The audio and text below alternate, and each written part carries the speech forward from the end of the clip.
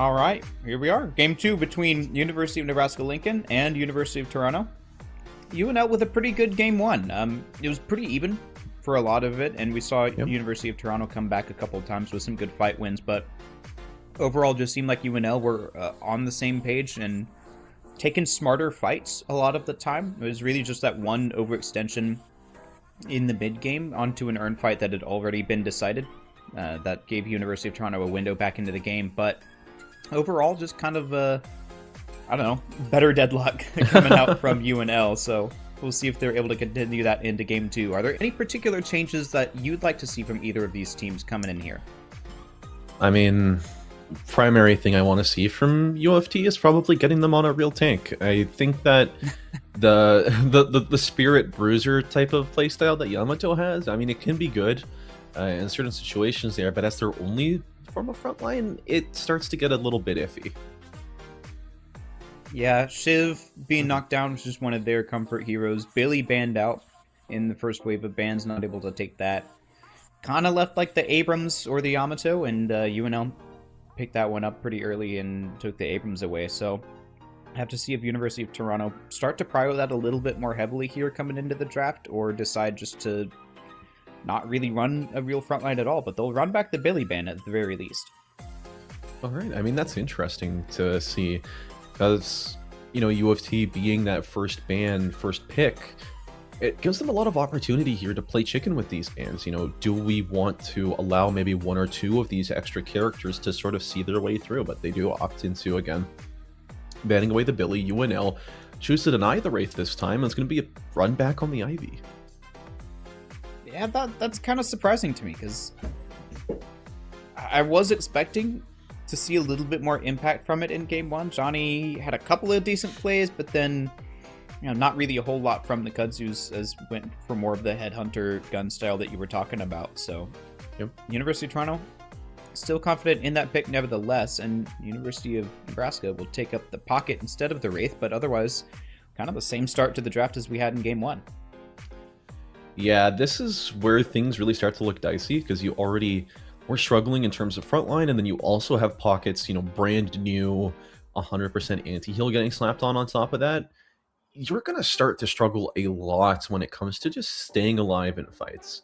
Now, the upside on this, at least, is that at least from, you know, recent match history, it doesn't seem like UNL have a crazy big pocket player, so maybe there is potential for them to exploit that, but that is still a big floating question mark in the air. And then on top of that, you also see UFT, they're choosing to get that Calico back. I think the Calico did serve them well, although it was a little bit harder to feel, considering they did spend most of that game behind. Yeah, Fractal was making good plays on the Calico, just there were too many members of UNL responding to it most of the time. It just kind of got blown up when they were trying to do something, as the rest of University of Toronto was elsewhere. I think for UNL, the pocket player is likely to be Cloud. They played a decent amount of pocket, according to StatLocker recently, so that'll probably be what they roll with here, but not seen in competitive settings like this particularly much, so we'll just have to see if they're able to run that one out. UFT this time, gonna make sure that they get their pick character online early with the Mo and Krill, instead of resorting to the Bebop, which, while we did see some good impact from Big Fat B, not quite as much as you'd be hoping to really start running this fast tempo sort of dive comp. Yeah, it was definitely a struggle. I feel like UFT were getting picked more often than they were doing the picking, but they are going to let that Paradox slip away, and UNL lock that back in. I'm not sure whether to speculate if that's because they don't really feel that confident on the Paradox themselves, or maybe they don't think it was the problem. But, you know, in the hands of UNL that last round, it was a really, really big problem, and Woody Seth was able to pilot it and secure early picks that led into teamfight wins. It felt like the entire game. Yeah, the swaps were particularly punishing a couple of times, where it's just, you thought you were getting away, and then suddenly, nope. But the kind of off carries for each side being taken away here in the second phase of bans. The Drifter, which UFT were using to fairly good effect in Game 1, versus the Venator that we saw from Stromo that I was talking about a decent bit. No longer going to be on the options here. Options for damage are looking kind of slim for both these teams. You've locked away two of the better ones in this ban phase now, with Wraith and Venator gone. Options remaining, I mean, we could see like a Lady Geist come in. Mirage still definitely on the table for both these teams, but curious to see, especially for UNL, because they've got more of the team fight style of comp, what they'll go for here, and it will be the Mirage. All right, maybe they're going to be teaching Misclick the lesson here on how to Mirage successfully. We'll have to see, but I mean, you know him, you love him. It's Mirage, or you hate him. Honestly, there's a lot of that too. There has been a variety of sort of newer Mirage builds I've seen. I think it's more of a meme, but you know, full spirit. Mirage, you max your 3 first, and you can do like 1500 damage if you're able to fully stack your mark, although we're probably going to see more of that traditional play. And then U of T, they're going to lock in that Warden. Yeah, that's I mean, maybe one of the better picks remaining as far as like a hard carry, but not one that we've seen a whole lot of this patch, or even though it was kind of fallen off in the last patch as well. With you sometimes see it as a hybrid. I think it's personally better late game as more of a gun, full-on gun carry, but maybe University of Toronto aren't playing for that late game against a Mirage, a Pocket, and a Paradox, so I think hybrid is better in that mid game, especially now comboed with the Lash. Once again, I think if you play this as like a high-tempo dive pick comp, you've got a really good shot here, but if you let UNL set the tempo, a lot of your heroes really suffer from that. Yeah, and another thing I do also want to point out is we are starting to see that Warden is, you know, with the buffs to his utility especially, and a lot of characters, they've lost their stamina reductions effects with the newest update with that rebalance. So, you know, Warden still having that on his grenade, still having his cage, it does open up a lot of opportunity for U of T to sort of combo their abilities together pretty well. When we do see the Geist, though, coming out from UNL, I mean, Geist has just really had a ton of new life really breathed into her with the newest update.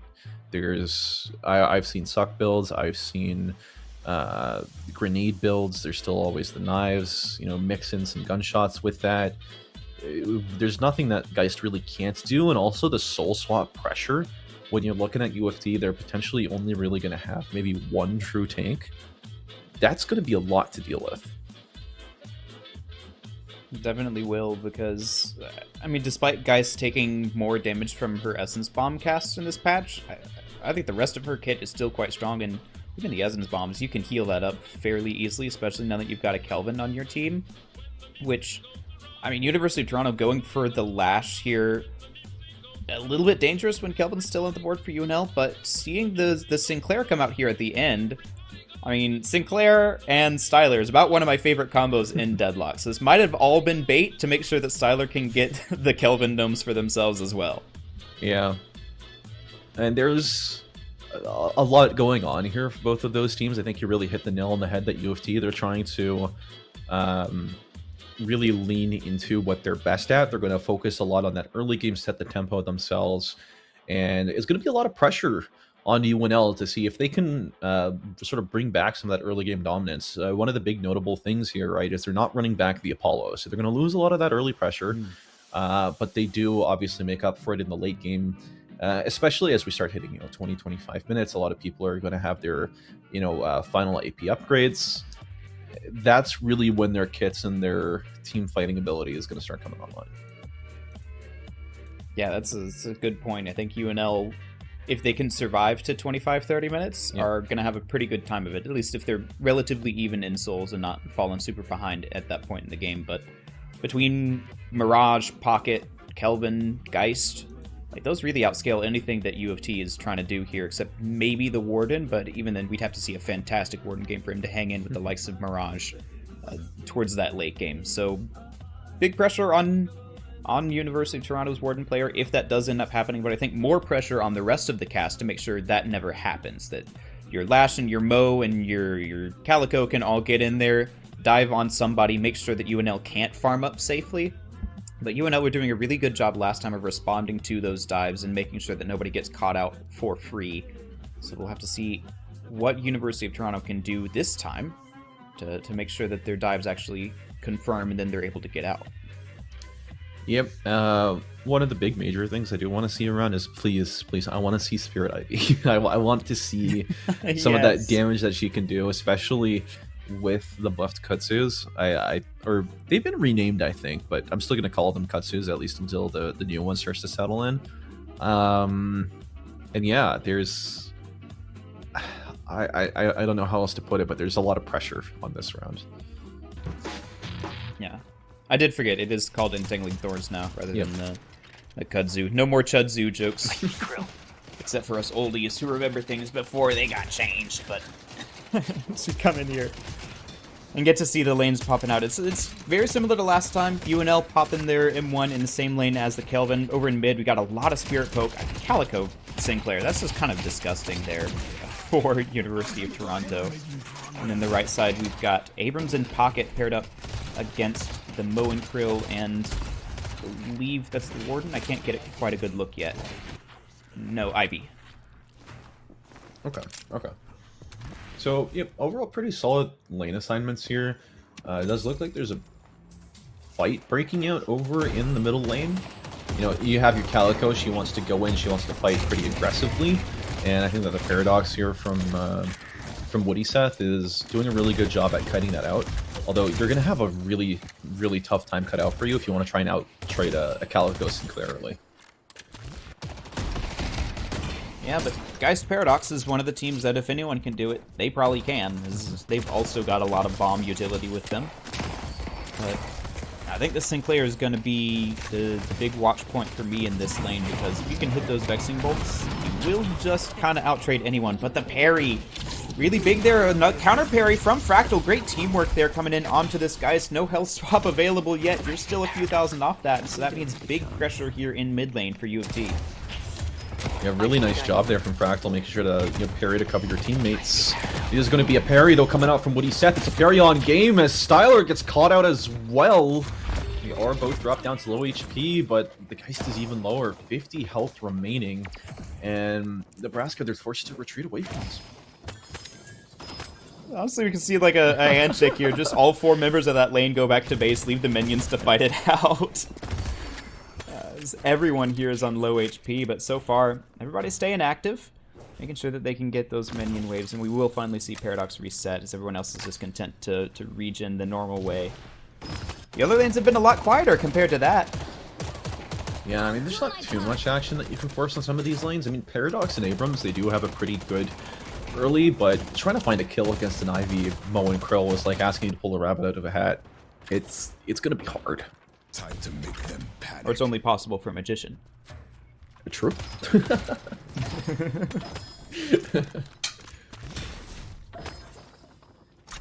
You know, we're starting to see some of these deeper box routes coming on. Big Fat B making sure that they can stay farmed off of the enemy's boxes. And eventually we'll start to see some rotates happen in here, especially as we get on towards the 5-minute mark and the buffs start to come up. But for now, everybody just getting their economy online. Didn't even see a kill come out of all that action earlier, although if we do see one, it might be on the Dreamline here pretty soon, as he's down below a quarter HP. Yeah, that's not really a place where you want to be on Mo and Krill, though you are definitely going to be able to regen it. You're losing a lot of value just having a disarm into two characters that don't really care too much about shooting their gun to do the majority of their damage. But, you know, now we see an early roam here coming off from the Paradox. Gets shot out of the sky by Fractal. I think a decent chunk of damage to go with that. But yeah, we already see University of Nebraska. They're starting to group. You know, before they head on back to their lanes. They're a little bit early here for the bridge bus. Yeah, that was more just, I think, trying to get the punish onto Fractal if they were to chase off that Paradox stun, but no such bait taken. And so everybody just resets to lane and again make sure that they get all their waves, get all their boxes. As we're coming up here just 30 seconds until those buffs do actually come online and UNL can spread back out and actually get some permanent advantage from it. Still, no kills to be found in any lane so far. Yeah, there are some more early game skirmishes here, but like you said, there's not really going to be too much permanent damage that's going to be done to most of these people.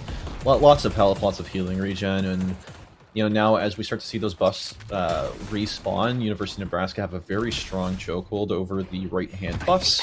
University of Toronto, they are viewing that, and they're choosing to go over to the left-hand side, though. The Paradox gets knocked out of the air after knocking the Sinclair, and is going to be collapsed on entirely. Big Fat B getting that nice little paycheck from the First Blood, and there's going to be a buff going both teams' way. Yeah, Styler there. Not the character that you want to be going into stunned, as University of Nebraska-Lincoln do suffer the first death of the game. On this right side here, just a bunch of beefy boys going at it together, as Abrams has the health buff, actually. That makes him even more tanky than he already was over in that lane. I don't think that Ivy and Mo are likely to be able to find a kill there, but maybe with the ults coming up, something could happen if someone oversteps. Yeah, there's going to continue to be some of that trading. Lash, unfortunately, does not connect, but I feel like a lot of the pressure from the Lash this game is going to be on his roaming potential. It's going to be a soul swap coming out from Shromo already. Probably a little afraid of what the Sinclair could do should he land his CC. As we, head on over back to that Warden lane, starting off to a little bit of a soul lead over his opponents. Yeah, Misclicked has definitely benefited off of Styler being active here in the early game, up to 4.6k souls. They both got their ultimates, so if you can land a last stand into the throw from a Death Slam by your Lash, that could be a lot of damage. Of course, it comes a lot harder now that Lash can't throw quite as far as he used to. Let's see if something happens as Woody Seth here now coming in, still down the time swap. But only for a couple of seconds here as they're about to get the wave. Yeah, committing maybe a little bit too hard to this room. Fractal was shadowing them, but seeing that, the rest of his teammates, they're already safe behind that Guardian, going to opt into going back and making a play here on mid. Going to be a nice parry here from Shromo, as now the Sinclair is stuck taking a lot of that aggro. Good dashing away, and the Paradox swap is going to come out onto that Mo and Krill. It's going to be a low health Paradox, eventually gets taken down by the combo, gives Mo and Krill a little bit of that health. Now it's going to be a kill onto the Sinclair, as well as a bit of a disaster play here from UFD.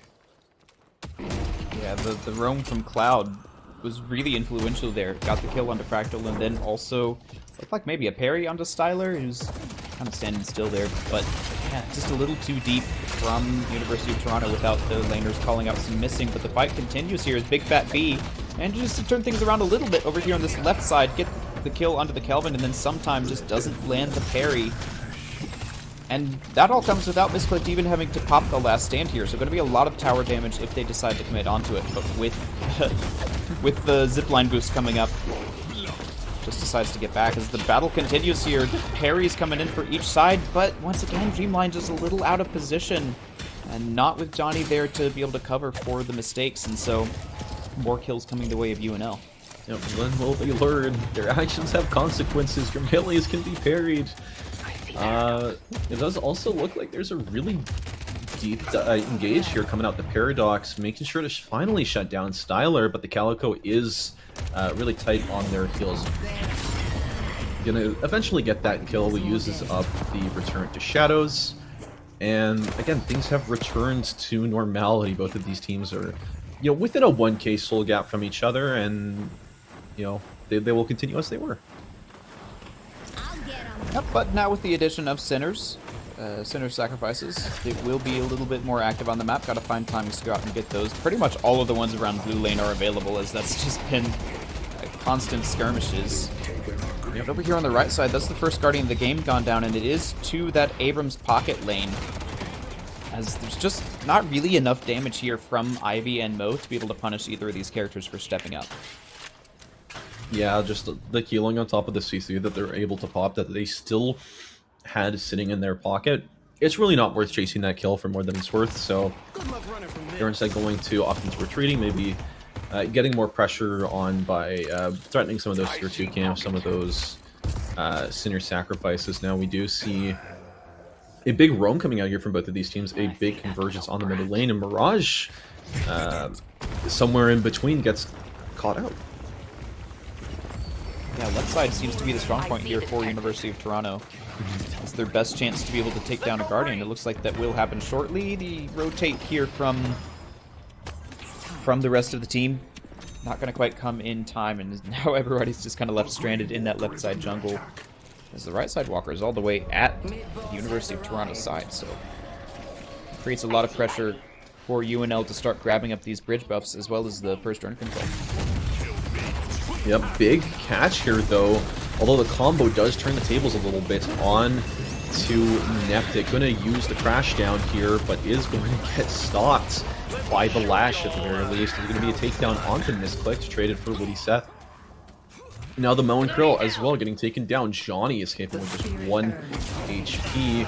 And now we have the Lash with their sights onto Cloud. He's able to take them down.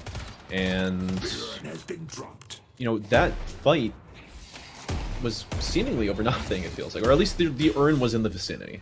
And that makes a little more sense. Yeah, urn the focus for these teams. Feels like that could have gone a lot worse for University of Nebraska, as they're still trying to convert on this fight. Kelvin down to 1 HP. Arctic needs to run for his life along this ice path. Neptic also just trying to get away with the urn. Arctic will at least be chased down, and looks like the Abrams is soon to follow, but not before they trade out for the Calico and Mo. And now, a parry onto Misclicked with great timing there. Could turn things around for some time here. Also 1 HP on the Mirage, trying to make something happen around this urn, and just so much bloodbath going over just a little 3k guy. Yeah, now you have the pocket again, trying to make another one of those big escapes. Likely going to happen here, and you know the urn is returned to its starting position. So all of this has happened. We've seen, I feel like at least half a dozen kills go out from both of these teams at a time.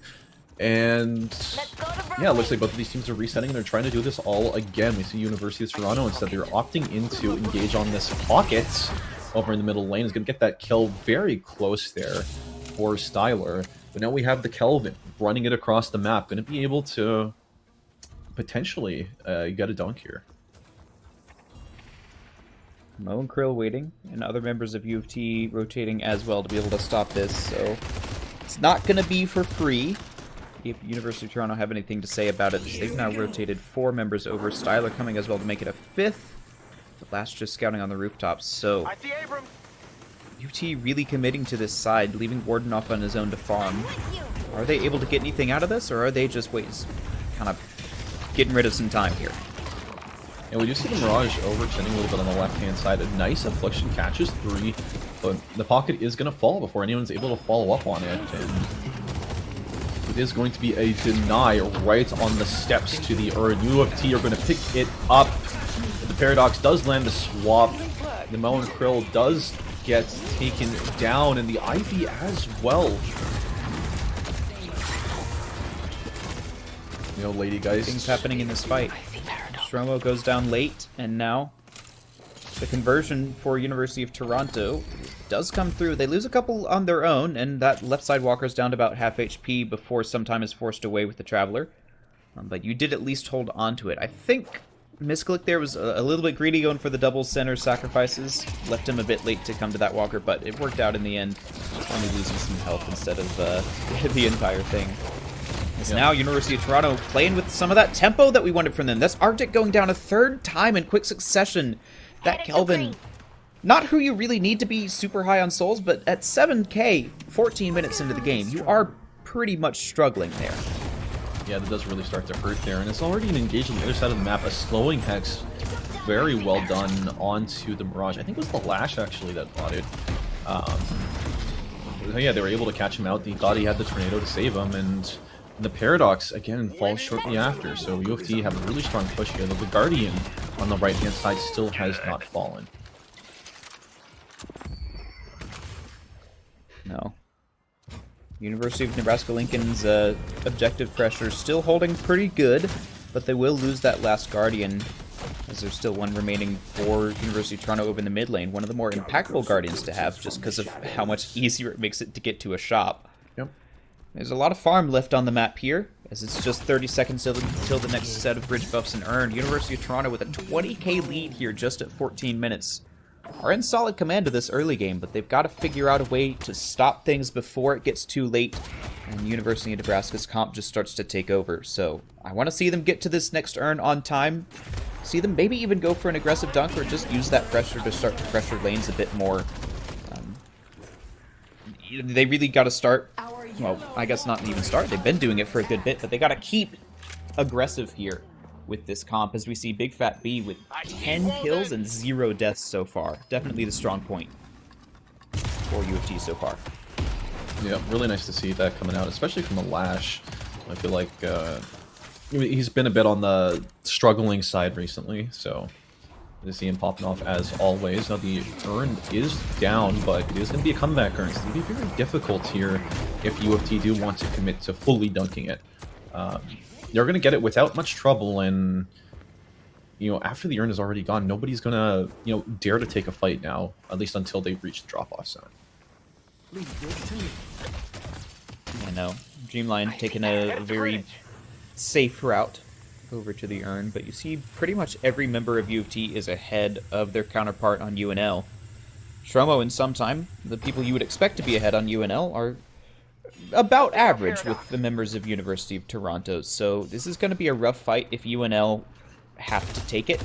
Of course, they'd much prefer to just sit on their walkers and let those comeback souls work on their own. As U of T are about coming up on their last couple of ultimates. Johnny with the flight will now have that online, and so it's just kind of a game of who can get caught out first. His Lash is over here fairly isolated, trying to find a pick onto Geist. There's a lot of members of UNL hovering. Yep, Dreamline there, just holding on to that urn as long as possible until it really starts taking down his HP. But is eventually going to start picking that back up and is going to have a decision ahead of themselves, right? We see University of Nebraska, they're collapsing in hard on this right-hand lane. Are we going to respond to it? Are we going to take this fight? And it looks like the answer is yes. As things have broken out, the Mo and Curl not quite able to land the combo. And, you know, both of these teams are walking away from it, surprisingly. I was surprised to not see a kill there. I thought Woody Seth would have been collapsed on after that damage from Fractal, but UNL able to get away from that one. And again, as you said, just the barest miss onto the combo. No Warp Stone quite available yet for Dreamline 333. So we're kind of back to square one of University of Toronto holding this urn, making sure UNL can't get it, and looking for something, really anything, to start off this fight so they can continue to snowball their lead. Yep, I did see Johnny there pick it up and just try to start walking over to the left, but it hadn't been fully returned, so the HP drain is still active. It looks like he's just content with running it up and down the right-hand lane, getting a little bit of cardio in. But yeah, both of these teams, they're ready to take a fight, it feels like. All their ultimates are online. We do see that, you know, Nebraska are well aware that U of T are not in a position to try and overforce this dunk, so they've gone around things sort of business as usual for now. Despite the 20k lead here, U of T are kind of struggling to figure out how to use it. It's still early enough in the game that you can't blind push walkers, you can't blind push urn, and even these catches, UNL are proving pretty well elusive just around the map, not letting themselves fall victim to a Mo and Krill combo or anything like that. So UNL definitely know how to play behind. They've been in these sorts of situations plenty of times before, especially against, as we said, their scrim partners here. Catch finally does come out, but it's on the UNL side. They're trying to get this Mo and Krill. We'll see what the response is. Yep, not quite able to find any follow-up here, as Mo and Krill slippery as always. An airdrop comes through. Does some decent damage here onto some of these members, but UNL, they're continuing to collapse now on the right-hand side, while there's also a fight down mid, while also U of T are fighting in on this left-hand side. Now Styler gets a nice little life swap there onto the yeah, I think it was the Paradox. Preserve his HP. He dropped down to, I think, 30 at one point, while on the other side of the map, U of T, they're able to take their first walker. That's a great play, I think, from U of T. They pressure all three waves at once and misclicked with the Spell Slinger. Power Spike is able to capitalize on that, and that creates enough chaos elsewhere on the map for U of T to pick up 2 kills. There you go. That's the window that you needed. And University of Toronto think that's enough to be able to go mid-boss here and really force this issue for University of Nebraska-Lincoln. And now they've got a tough decision. Do they want to try and take this fight down their one team fight ult? Or do they just let the enemy team have 3 rejuves at 20 minutes? It's a tough call. It's incredibly risky here from both of these teams, whether or not they decide to go in for it. You know, just seeing UNL, they have the Paradox ult, they have... the Kelvin wasn't quite respawned yet, but they did also have the Ice Shelter if they're able to stall things out a little bit. But alas, they're opting into, you know, playing things safe. They're going to let them have this advantage for now. But now, again, we have the urn available. It's going to get picked up by UFT, and they're very, very likely to just walk this right into UNL's base, no problem. Unfortunately, the one walker they have taken is the one that's not close to that fight, so plenty of retreat options for UNL if they're able to stall away the urn. But there's so many members of UFT who are ahead at this point. Misclicked on 28,000. Big Fat B still yet to suffer a death at 25k. And from UNL, your Kelvin is far enough down that they've only got a couple of upgrades here for this Ice Dome, focusing more in on the Ice Grenades so far. And really no big support items aside from the healing booster online just yet. So a couple of weak spots for UNL in these team fights. University of Toronto just have to be able to find them. And with a nearly 30k Warden, you should be able to do that. So I'd like to see this urn drop-off start to happen. Yep, no, we are in the early staging bets. This urn drop-off site in particular is very scary because you do have, you know, limited ways to get in here. The Paradox, though, gets caught up on the rooftop. It's going to be taken down in short order. The Affliction here does come through, but the Divine Barrier is able to at least save one of their members from it. And now there is a deeper engage here as they're trying to catch off these stragglers. The Death Slam doesn't catch anybody, but it doesn't really need to when you've already won this fight. You've gotten the urn deposit, and now you're just trying to look at what else can we do. 35,000 soul advantage. Really, the only thing you got to do is heal up and come back in to take these walkers. Great fight there from UFT. I think both sides had an Affliction in that fight. I think we saw Stylers first, and then Cloud came in with their own, which was fairly big. There's just not really a whole lot of follow-up damage from the rest of UNL. And so things just fall more into favor for University of Toronto, who are executing exactly as we said their comp should at this phase of the game. Yep. Take a small advantage, play with some tempo, make sure UNL can't get fed, and really snowball that into the rest of the game. So great stuff here so far from University of Toronto, who are, at this point, I imagine, planning their next steps on how to push some of these walkers. Yep, we do see this Mirage coming out from Sometime, has the Ricochet bot in most of the way towards an inhibitor. So this is the part where it really starts to become scary. It really depends if they're going to be able to get any good, clean fights. Because so far, UFT, they've always been able to catch someone. They've been able to...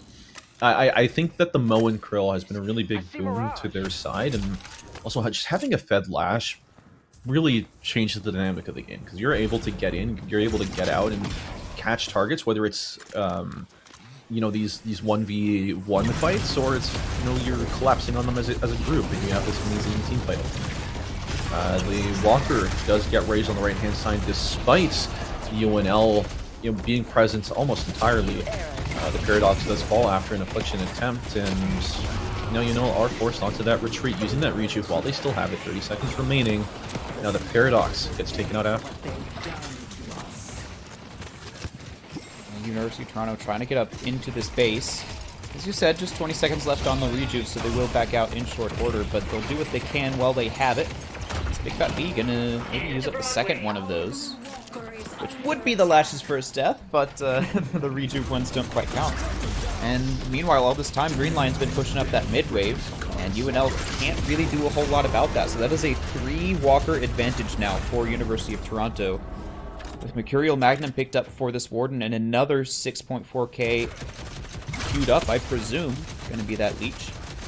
This is looking pretty scary for UNL. You've got to start finding some more value in these fights outside of just sometimes damage and the Cloud Afflictions, because both of those have been doing a lot of work, but you got to have the damage to follow up with. Yep, and you're really going to start running out of options, right? As UFT, they're reaching that point where a lot of their characters are going to be able to start building defensive items. They're going to get those leeches. They're going to get specific counters. In this case, I think it would probably be your Spirit Resilience, your Spellbreakers especially.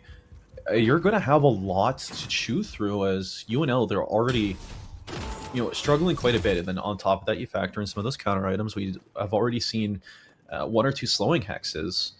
You're going to have a really, really tall order ahead of you if you want to make your way back in here. 57k souls at any stage of the game is not an advantage to be taken lightly, and with no remaining walkers, I imagine the University of Toronto are looking for this urn, as now Neptic has been caught out, just trying to go for the bridge buff. He's just trying to make a living in his own home, man. But the rest of UNL are here. They try and collapse onto this slash, but a nice Divine Barrier will keep them topped up for now as they make away with the urn as well. Yep, good escape there. The Paradox swap undoubtedly helped them. But yeah, now that UNL, they're rotating around, they're trying to deposit. UFT have more than enough time, given that they took the safe route, to meet them at this drop-off point. Now, they do still have that Affliction. They still do have the Ice Dome in case they want to make any big plays, isolate any of these targets. But it's going to be an uphill battle for them no matter how they choose to execute this fight. Well, right now they're choosing to not fight and just let Mirage take this right side walker. University of Toronto are aware of it, but they're trying to get somewhere else instead, and they find the bow combo, but the Abrams gets caught on the side of the railing. No kill to be found just there, although they do find Cloud instead. They'll trade Cloud for a walker, apparently any day of the week. So now they're trying to force their way onto the space, but it's just so difficult to get past those base guardians now. Yep, they did manage to drop the urn off of Cloud there, and that's going to be another, furthering of their advantage. Up to 60k souls now. It's just really a matter of time before they are able to raise the space. Now, the mid-boss is coming up. 5 seconds left, but without your Affliction, you're going to have a really hard time even thinking about fighting this. Yeah, that's why UFT are going to go for it immediately. Everyone is there, minus your Warden and your Calico, who will be a little bit late, but, I mean, the rest of your team has enough damage that it's kind of overkill. Nonetheless, UNL have to try something here or just sit in their base and wait to die. And actually, that's going to be the decision for them. They think we can't even really contest this. It's just going to be a slow chokeout. Yeah, probably was a factor of them debating if they should go for it on top of that mid-boss alarm, that roar that happens, got shifted around. I think it was from 80% of its max health down to just 50. So you're really running out of time if that's what you're waiting on. You're waiting on the sound cue to, start making your move. So now up 3 Reju's, they're going to, continue invading UNL's jungle, making sure to get all those creeps. They've got a pretty hefty opportunity here to take a big chunk out of their base. Now, one set of base guardians already down on that right side.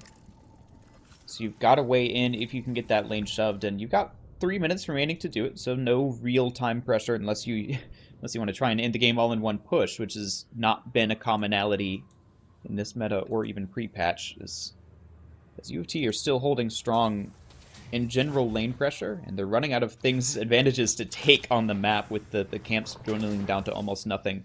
Still got that mid shop available. They've held onto that Guardian, even if it's just by a sliver of HP, for 28 minutes now. Even if the right side walker fell in its place.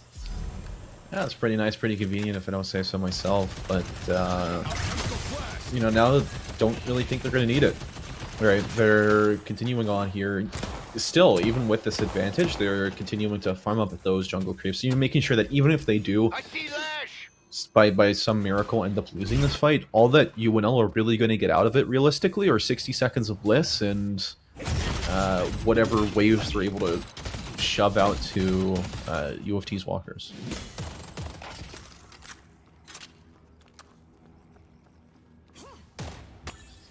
Misclicked, picking up the Boundless Spirit now.